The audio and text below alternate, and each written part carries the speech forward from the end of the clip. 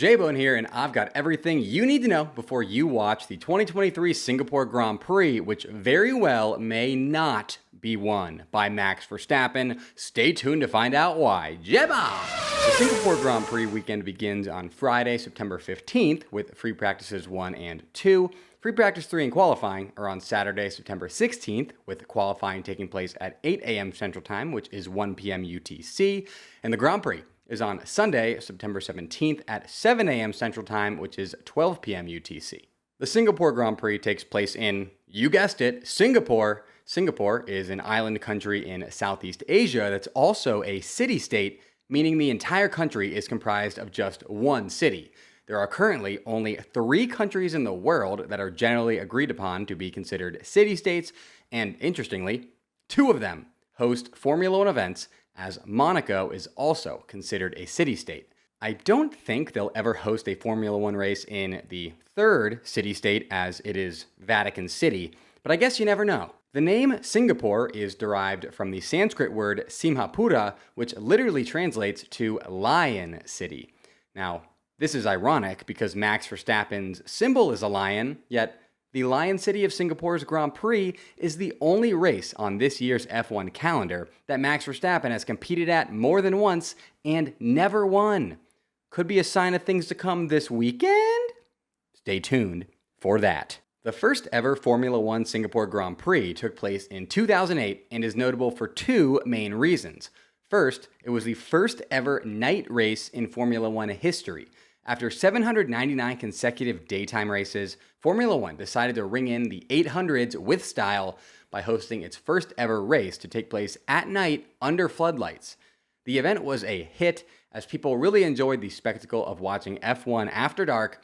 This was a landmark event in Formula One's history, as the ability to host successful races at night opened the door for Formula One to more easily host races in new destinations where extreme daytime heat may otherwise have made racing more difficult, and where Formula One's Western audience could still watch live despite massive time zone differences. Night races are extremely commonplace nowadays. The 2024 F1 calendar has already been announced, and it includes 6 night races, which is a quarter of all 2024 races. The second reason the 2008 Singapore Grand Prix is notable is because it was the site of the infamous Crashgate scandal. This scandal is definitely deserving of a full video from me sometime down the line, but the long and short of it is that Renault F1 team directed one of their drivers, Nelson Piquet Jr., to intentionally crash and bring out a safety car so that their other driver, Fernando Alonso, ever heard of him, who had just pitted, could shoot up the running order on account of all the cars diving into the pit lane during the safety car period.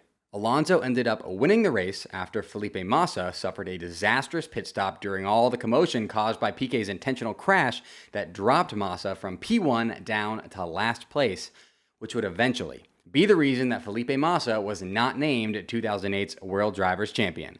Massa is currently pursuing legal action against F1 for what he believes is their role in covering up the scandal, which led to him losing out on millions and millions of dollars. And I'm not trying to hit millions and millions of likes on this YouTube video, I'm just trying to hit 2,500 likes. If you could please toss me a like so that the YouTube algorithm likes J-Bone more. If this video gets 2,500 likes, I will do a Q&A live stream in which I answer your most pressing questions, so like. Back to the race at hand. The Singapore Grand Prix is consistently one of Formula One's most chaotic races. It's infamous for featuring at least one incident that brings out a safety car each race. There have been 13 Formula One Singapore Grand Prix, and those 13 races have produced a whopping 23 safety car deployments. This high number of safety car deployments is partially due to Singapore's often wet weather and how physically fatiguing the race is for drivers due to Singapore's tropical climate, even though the race is run at night, but it is mostly due to Singapore's treacherous circuit design. Marina Bay Circuit features a bunch of turns angled at 90 degrees or less that are bordered by narrowly spaced out barricades with minimal or no runoff area, meaning all it takes is one mistake over the course of a race distance for a race to be completely destroyed. If history is to be trusted, expect at least one safety car this weekend, folks. In this day and age, anyone can sell products online, and if you're thinking about starting, you need to be using my partner Shopify. Shopify is the best all-in-one commerce platform capable of handling your business's complexity no matter how big you grow. Step up to Shopify and harness the best converting checkout and the same intuitive features, trusted apps, and powerful analytics used by the world's leading brands like Ruggable and Allbirds. You're probably thinking, sure, but migrating is going to be a headache. Nope. Shopify's App Store has the migration apps you need to migrate your products, orders, customers, and more from every major e-commerce platform to Shopify.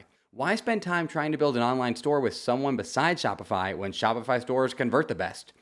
Stop leaving sales on the table, switch your business to Shopify, and discover why millions trust Shopify as their all-in-one commerce platform to build, grow, and run their business. Sign up today for your $1 per month trial period at shopify.com/fbone, all lowercase. That's 1 month for just $1 at shopify.com/fbone, shopify.com/fbone.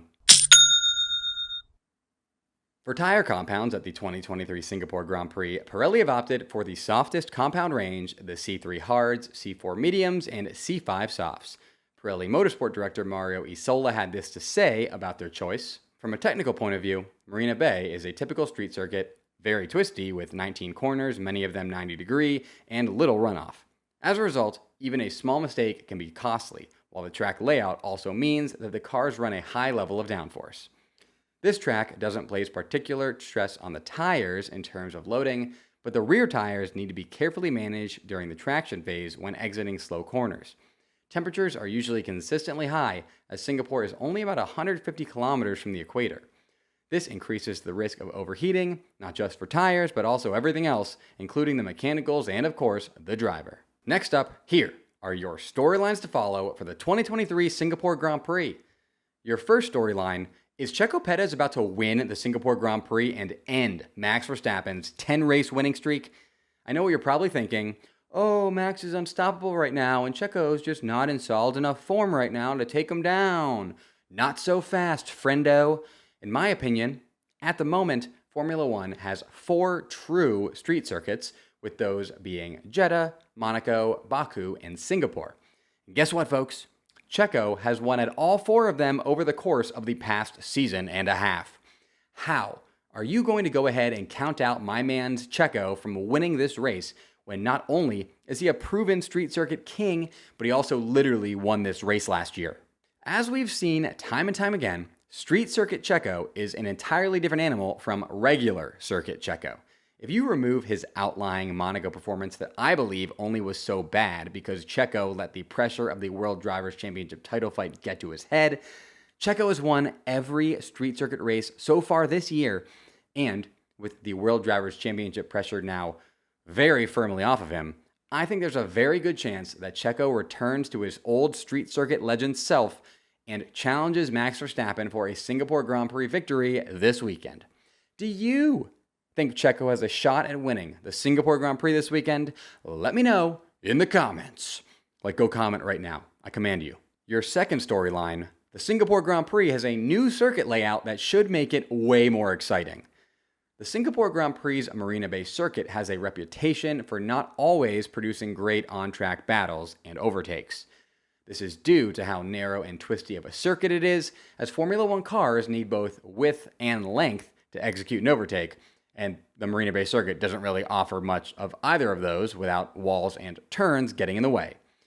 The Marina Bay circuit even has 3 DRS zones in an attempt to improve the chances of overtaking, but 2 of these are so short that they don't help much, while 1 does most of the heavy lifting. However, there's been a big change to the Marina Bay circuit's layout that could change all of that. A whopping 4 turns are being removed from the circuit due to construction of a new Singaporean community space on the land that housed the old circuit layout, and the removal of these 4 turns means what used to be one of the slowest areas of the circuit has been transformed into one of the fastest. As far as how this change will impact the race, the number of laps at the Singapore Grand Prix has increased from 61 to 63.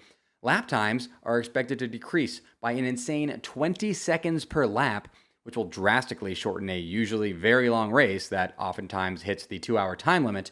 And also, there's now an additional overtaking opportunity, which Singapore desperately needed. Hopefully this change produces some great on-track battles this weekend in what is usually a boring part of the circuit. Your third storyline: will Mercedes, McLaren, Aston Martin, or Ferrari have a better Singapore Grand Prix? These four teams are all super close right now, having each finished on the podium at least once in the past 5 races. When it comes to how each of them will perform at this weekend's Singapore Grand Prix, I have a guess using my proprietary modeling software, aka my J-Brain. I believe McLaren will leave Singapore with the most points as a team, as they performed very well at the Hungarian Grand Prix and at Dutch Grand Prix Q3, the last 2 big high downforce dry sessions.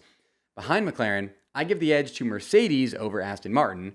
I think it's entirely possible that Alonso finishes the race ahead of both Mercedes, and he is even some people's dark horse to win the race if some chaoses.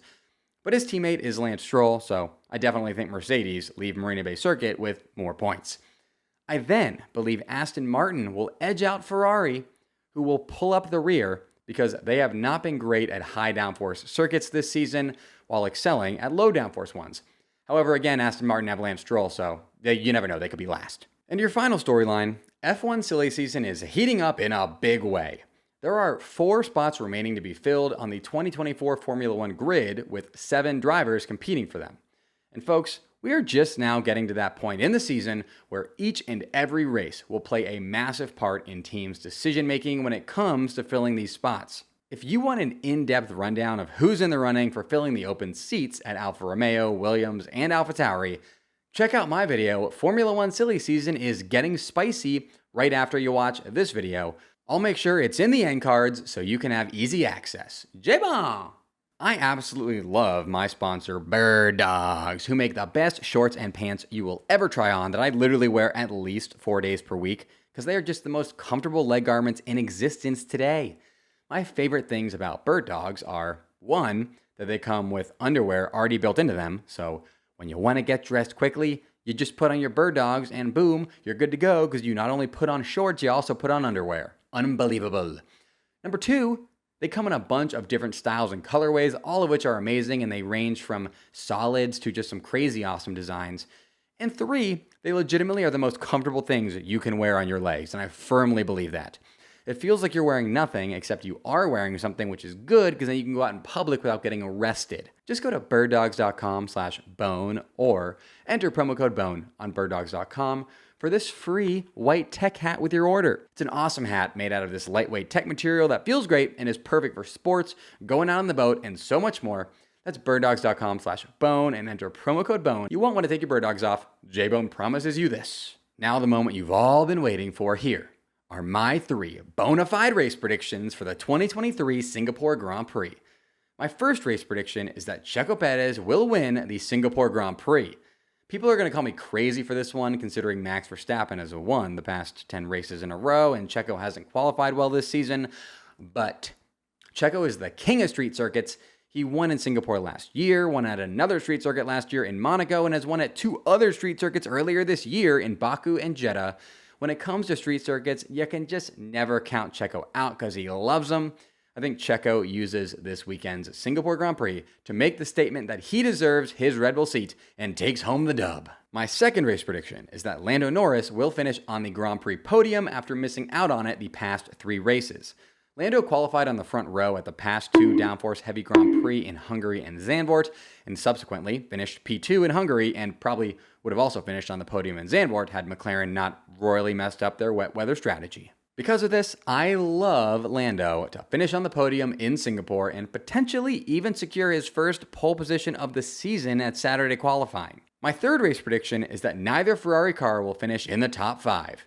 Ferrari have not performed well at high downforce circuits at all this season, due in large part to some tire degradation issues they've been battling, so I really do not think that they follow up their Monza podium with a Singapore podium or even a Singapore top 5 result. And finally today, here are my predictions for the top 5 finishers in the 2023 Singapore Grand Prix with zero reasoning nor explanation.